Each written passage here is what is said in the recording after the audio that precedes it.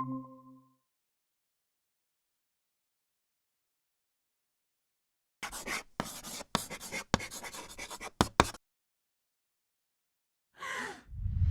bang akla?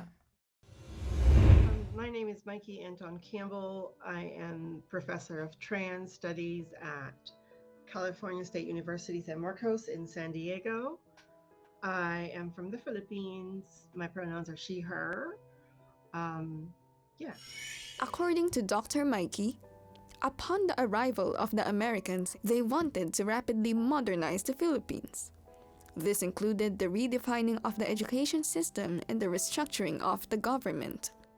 So, as part of that modernization process, bakla kind of emerges in Tagalog speaking parts of the Philippines as the primary signifier for queerness, open queerness in the Philippines. So, the person you asked who claims that bakla is a generic term for everyone who's LGBTQ, there is something there.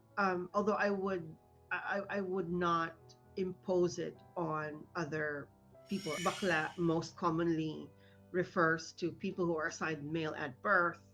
Gender performances are who may be considered feminine, whose gender identity may also be feminine, and definitely sexual identity is geared towards other men, whether those men are cisgender straight men or cisgender gay men or bisexual men. While bakla comes from the Tagalogs, many similar terms are used throughout other parts of the Philippines, like the agik, the bayot, and the bantut, many quite similar to the bakla. Filipino queerness has gone through the many changes of the country. So much change, in fact, that the term becomes hard to put into the contemporary idea of SOGI SC.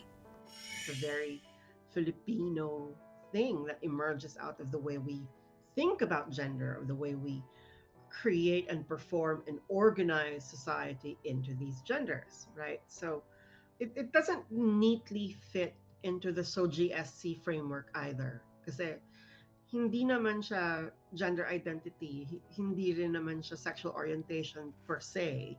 It's a mix of both.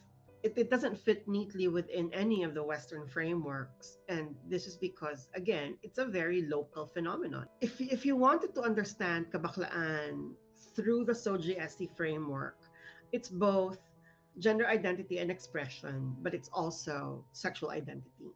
Although bakla has its place in the contemporary modern, even able to fit into the SOGI SC framework, does it have to fit? It doesn't. Don't make it fit.